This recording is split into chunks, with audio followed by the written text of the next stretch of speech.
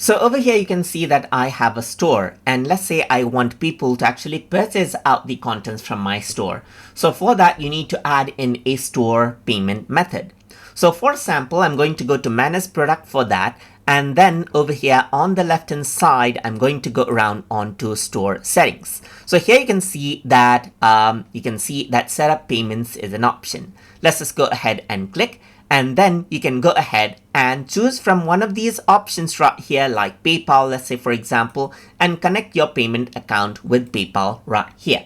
But to demonstrate, let me just go ahead and add an offline payment right here, just like this. So I'm just going to go around over here and say let's say for example, cash on delivery. So I'm just going to go around and say, please hand in the cash after the bill is provided by our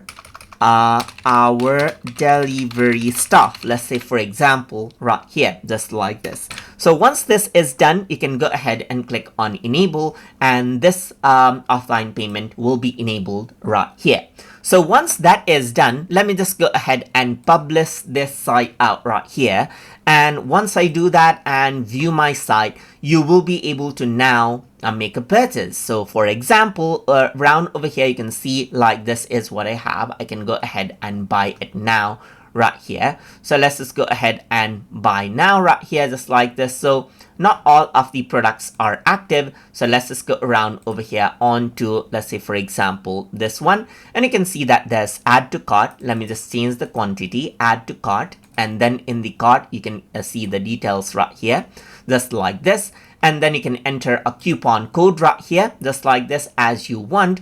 But let me just go ahead and check out right here, and then you can go ahead and add in a note. As you can see right here, you can see the tax totals and everything out right here, just like this. So let's just go ahead and say, please deliver at evening time. You can go ahead and add this in. You can add in the phone number and everything, and then make a purchase. Let me just go around and then let's say for example, add in some random things right here. So let's just go around over here and then add in some details, some random details, go ahead and purchase, and then you can see that this is what you have. So you can go ahead and click on phone number right here. So let's just add in some random phone number, and then now you can go ahead and purchase it, and it says order complete, and you will get the notification in your email that the customer has made an order. So that is basically how you can go ahead and add in store payment methods. So your customers can start making orders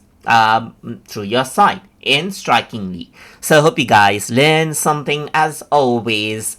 And as always, please like, comment, share, and subscribe